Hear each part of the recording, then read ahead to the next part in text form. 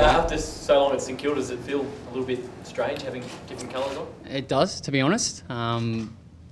A long time at St Kilda, a lot of times that I've really enjoyed and still have a lot of friends there, obviously. And been away for 3 weeks and got back on Sunday. And a new club, something I'm very excited about. And they've been more than accommodating so far. So it's nice to be here and finally have it done. What ultimately made you decide to make the switch? I guess it's been coming for a little while. Obviously, there's been a lot of media speculation about it throughout the year.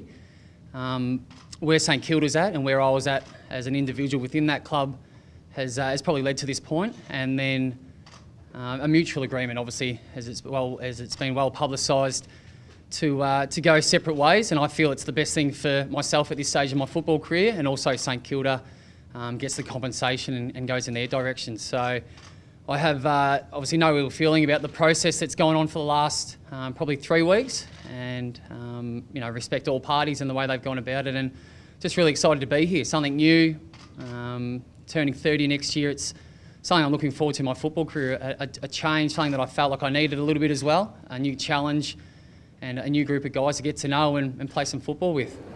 Why North Melbourne, Nick? Why North Melbourne? They showed a lot of interest. I thought the way they handled themselves throughout the whole process. Obviously, I met with the coaching staff and a few of the staff members probably 5 weeks ago, and then met with a few of the boys from the leadership group. And the way they presented was really encouraging. I was a little bit flattered, to be honest, by the way that they showed their interest in me. It was nice to hear how keen they were on the way that I played my football and respected my football, and they handled themselves so professionally throughout the whole process that's why I ultimately decided to come here. Do you feel that this team is on the cusp of success? I hope so. It's definitely one of the reasons why I'm here, is to have some success in regards to football, and being so close at St Kilda multiple times, you love that feeling, and it becomes a little bit addictive. And then sitting around watching finals this year, I obviously missed out on that feeling once again, and I'd love to have it back. So coming here, that's definitely part of it. I think the list is, it's young and it's exciting, and St Kilda has played North Melbourne once each year for the last 2 years, and they won comfortably. So I respect the way they go about their football. I think they've got some highly talented young guys that are exciting, and led really well by some mature guys as well. So to be a part of that is what I look forward to. How serious were your discussions with Essendon? They were serious in regards to potentially going there. They're similar to North Melbourne. I respected the way they went about their football. I respect them as a football club. I think where they are at as a club is really strong in regards to a playing list, and with their new facilities and all the things going on there, I think they'll be fantastic whether I was there or not. But ultimately, at the end of the day, I obviously chose North Melbourne, and the way they went about it was really appealing to me, and I think I can come here and add something on and off the field. How much of an impact did that meeting with the senior guys from North have on your decision making? How much did that impact on my decision? I think it added to it. I don't think there was any one thing that one person said that probably convinced me to go, either way. I thought it was very good of them to give up their time, particularly on holidays. So everyone's got 8 weeks off and they didn't have to do that. But for 4 of the guys to come and meet me, and it was a very informal, open chat, and I asked questions and so did they. So it was just nice of them to put themselves out for me, and I did appreciate it. What was your number one question for them? Well, that's a good question. What did I ask? I asked a little bit about the club. So obviously I know what they do on the football field, but away from the weekends, in regards to how the club's run, the leadership group, how they impact the football club, where they see themselves going. I think it's good to also hear where the players feel the club's at. It's one thing to put something out in the media from a staff or a president or a CEO, but actually hear it from the players was really important, and they were really enthusiastic from the top. Brent Harvey's still playing it, I don't know what he is, 36, 37, and still has that enthusiasm and excitement in where the club is at. That obviously made me feel comfortable with where they were going as a footy club as well. So did you agonise over the decision to leave St Kilda, or as you said, given you 29, that lure of playing in a flag, was it in the end a sort of a common sense decision? No, not at all. I'd be lying if I said I didn't have sleepless nights. I was away on holidays with my wife for 3 weeks, and I'm normally a pretty laid back sort of guy, and I wasn't sleeping very well for quite a while, but it's something that I'll hold dear, and the St Kilda time has been more than I ever expected. I mean, I got there and it's been well publicised. I got there when I was 17 years old, and it's been my whole adult life of St Kilda and probably 10 to 12 of those guys have become my best friends, and they're forced upon you when you come to a football club. But to think after 12 years it would be where it is at now, I never would have thought of. And to play 260 games and 3 different coaches, different boards, CEOs, I'll never forget those times, and I'll hold the good times, forever. And I expect those friendships, particularly with the players, to last a lot longer than my football career. So to think that I could just walk away and think it was an easy decision was the complete opposite. And I'd never thought of leaving St Kilda, and probably until this year when it got publicised a little bit more through the media, that you start realising that it may not be forever like you initially think and feel. But within that, it's as I said, I'll be mates with those guys forever, and that's exciting for me. But within that, I've got another opportunity to play at another club, a club that's got a proud history, that have been really competitive for the last couple of years, and I'm just flattered that I can be a part of it. The deal took a long time to get done. There were times when you thought, well, it might not actually happen. There was times. I mean, I don't understand and know a lot about the process, not only for my trade, but the trade in general. Being a player, you sort of just get the newspaper reports like everybody else, but to actually be a part of it is, it's difficult. There's no doubt about that. When it's somebody's life and, where they live and how they're perceived and who they play for, it obviously does get personal. But within that, I've been around long enough to understand the process. I've seen players come and go from St Kilda. I understand that these things can get drawn out. There was times where I thought it may not get through, and then there was times I thought it was a done deal, and it was just a matter of time. So being away from Melbourne probably helped a little bit, to be honest with you, that I'd speak to my manager, once or twice a day just to get the latest update, and then was able to relax for the majority of that holiday. And then to finally get it done, to finally get it to go through was obviously really exciting, and what both St Kilda and I were after at the end of the day. How tough was this season, Dal? You mentioned, were you getting stale? What was it? It was a tough year. I think within that, I'm obviously only one player. It was just a tough year for the club. We'd had it very good for 10 years, and I think you just come to take that as granted, that you're going to play finals, you're going to win 14 games each year, and then when you don't do it, it's a bit of a rude wake-up call, and to realise that, as I said, this won't last forever. You don't just win games, particularly with the competition getting more and more competitive. It's when you start to lose, you realise how good those times were and how special just winning one game of footy is, and it became a lot more difficult this year, and for multiple reasons. Obviously, going through the transition of playing younger players, and I think St Kilda did handle themselves really well throughout the whole year in regards to blooding young kids, giving them opportunities, playing senior players in different positions so these young guys can get more chance and move the club where they probably need to go.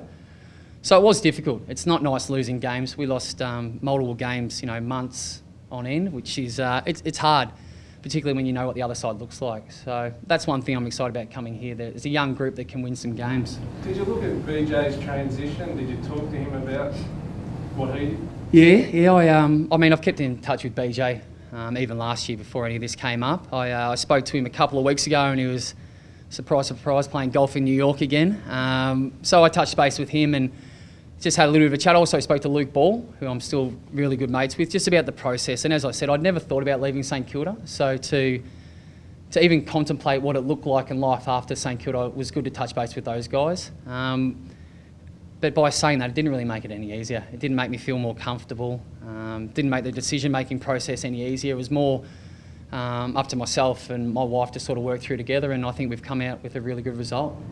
Did you catch up with some of your mates from the Saints and tell them face to face, and how did they take it? Yeah, as I said earlier, we've been really good mates with probably 10 of them. So even throughout the whole year, we've pretty much spoken about where we're at and what we need to do. And I was away overseas and caught up with a few of the boys, and just gave them an update. And I've always been honest with them in regards to where I'm at and where the club's at. So they're well aware of what was going on. Had a couple of nights with the boys overseas, just by coincidence that we were catching up anyway. Played golf with Adam Snyder yesterday, had brekkie with Lee Montagna today, and they've all taken it really well. As I said, you play football obviously to win games and win premierships, but it's also about mates, and just because I play for another club, I don't think that'll ever change. So they understand my situation. I understand their situations and what's going on in their lives as well. So they've been fantastic about it. I've received a lot of support not only from the players and the staff members at St Kilda, but also from the fans, and I do appreciate it all. Can you understand why the fans are a bit worried? St Kilda fans, I mean, yourself left, Goddard's left, McAvoy was traded away. Even Barry Breen the other day expressed some doubts about what's going on at that club. Can you understand why St Kilda people might be a bit worried? I can in one sense, but on the other hand, I'd also have a lot of confidence if I was a St Kilda supporter, and I think it relates to probably the last 10 years of how good things have been, and now it's St Kilda's turn to sort of go through that rebuilding phase, and it's difficult to accept. And as a player, it was hard, and I saw and heard all the frustration throughout the year from St Kilda supporters, questioning where the club's directed, whether the players are trying as hard as they used to, whether you have the passion and the drive to be successful again. So within that I can, but I'd like to think as a St Kilda supporter that you appreciate the last 10 years of how good it has been, obviously without the ultimate success, but to know that the club does have a direction, and led by a new president. They'll be getting a new CEO, Chris Palkin as the head of football and Scotty Waters as the coach. I think they are heading in the right direction, and there's a lot of young kids coming through that football club which will carry them through the next 10 years, just like myself and probably 6 or 7 of the other young guys did 10 to 12 years ago.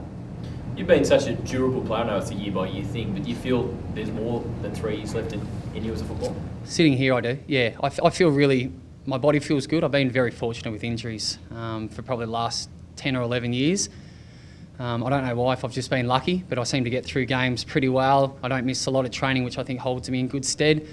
I've signed a 3-year deal, and obviously intend to see that 3 years out, and then I'll reassess it. I see Brent Harvey, as I said earlier, 36 or 37, and he's taken it year by year, and if I could get to anywhere near that, it'd obviously be amazing. But I'm just excited for I'm excited for next month when pre-season starts. I'm excited for the season coming, and then to think that I can be here for 3 years and contribute is something I'm really looking forward to. You mentioned Brent Harvey a couple of times. Is he probably the one player you're most excited to play alongside rather than chase the backside of, which I'm sure you've done? Yeah, I don't normally play on Brent there. He's a little bit too quick for me. We have to try and shut him down when I was at St Kilda. I think there's a couple of young guys that I'd be excited. I obviously know a lot about North Melbourne, but to train with them day in, day out I think you need to know them a little bit more. They've got a lot of young guys that I was surprised at their age that play midfield, and Zeeble, even Swallow and Wells were younger than I thought they were, and maybe it's a sign that I'm getting a little bit older, that everyone is younger than me now more than anything. But I think they've got such a young group of mids, which is exciting as well. Bastianak, Cunnington, those sort of guys, which I look forward to training with, and getting to play with different people. I look forward to that. Is mentoring those younger guys something that you're keen to do as well? I think naturally I have a leadership style that's a little bit different. I'm not the loudest guy, but I feel I'm a bit more one-on-one, a bit more personal, and I enjoy that coaching side as well. And I've sort of been forced to do a little bit at St Kilda over the last couple of years with where the list has been at, but I think I enjoy that side of things as well, as explaining game plans and understanding tactics and trying to improve the young guys, which I've taken a little bit of pride of in the last couple of years, and look to keep doing that here. Nick, when Ryan Lake came across to the Hawks, he said he wanted to be remembered as a Bulldogs life member and as a Hawthorn premiership player. You're a Saints life member. Is that now the ultimate for you? Oh, I haven't thought of it like that. I mean, in some ways, I'll always be a Saints person. I'm playing for 12 years and 260 games. I don't expect to be around for that long here. But I think that's more post my career. I'm more focused on where I'm at now, and football has a funny way of evolving, and I can still remember when Robert Harvey and Nathan Burke and Stuart Lowe left St Kilda. The next year, it just moved on so quickly that you almost forget what it was like when they were there, and I'd got my head around, prior to any of this trade talk coming up, that's what happens in AFL football. The fans hold on to certain things, but as a player and within the club, if you look back at last year, you've missed what's in front of you. So in front of me right now is an opportunity to play at a fantastic club that's got a great history that I'm really excited about. And I think post my career is a chance to probably reflect and try and work out what I was and where I was at those particular times. But I owe a lot to St Kilda Footy Club. As I said before, the players and the coaching staff and all the admin throughout the years have been fantastic, and the fans that have been through the ups and downs over 12 years, I'll never forget the support and the love that they've shown us over that period of time. You mentioned the midfield here. What sort of role do you see yourself on the field in that midfield? Changing with it a lot from where you were at St Kilda? I wouldn't think so. I mean, I've been a genuine midfielder for the majority of my career. I think for me to improve, and there's still a lot of areas I need to get better at. I'm not content with where particularly last year, but where I had been even previous to that I need to develop a little bit more, maybe half back. I think even the game's changed again, and I expect it to keep going in that vein. That it's a lot quicker, and obviously with the less stoppages, you've got to be able to play multiple roles because you can't play on ball all day. So I think I need to develop a little bit more at half back, and probably a little bit more of a goal kicking, probably half forward midfielder, just to contribute. And as I said, there's so many other guys that play multiple roles here that I need to be able to be adaptable as well. Having been through it yourself, are you comfortable with the framework of free agency and as it stands right now? Yeah, well, you can't be hypocritical, and I think that's one of the risks of what's happened here with the AFLPA supporting the players in this push for free agency. I think it's disrespectful to say now it's not working for us. As a player, we were so focused on having an option and a choice of where you want to play your football, and I think that was really important. And I still do. I just think free agency at the moment is still new and it's fresh, and received a lot of attention last year, and particularly with Goddard leaving. I saw firsthand the amount of speculation and media pressure that it puts on a person. I just think it'll become a little bit more relaxed in years to come. I can see it being more common. I don't know if I can see it necessarily right now, guys leaving clubs mid-year like rugby and American sports and probably English soccer, but I just see it being a little bit more open and accessible and understanding of it. I think it's still a great cause, and I still believe in it. Is it something that fans are just going to have to get used to? Well, football's such a traditional game, and there's things that change every year, and there's the rule changes that people are still trying to get their head around. I think eventually, yes. I think this is where the game's headed. It's where it's already made some massive inroads into giving some more choice from a player's perspective. And within that, I can understand the fans and the public's questioning of it, because when it doesn't work out in your favour, it can hurt a little bit. But by saying that, you'd like to think that every club gets an opportunity to get a free agent, and it'll work in their favour at some stage. How hard will it be to be a one-club player in the future, do you think? My opinion, less and less. I think it'll become more and more difficult if, obviously over a certain period of time, if you play 8-10 years plus, I think it'll become more and more difficult. But that's the environment. It's going to happen no matter what, but I think it'll become more and more rare.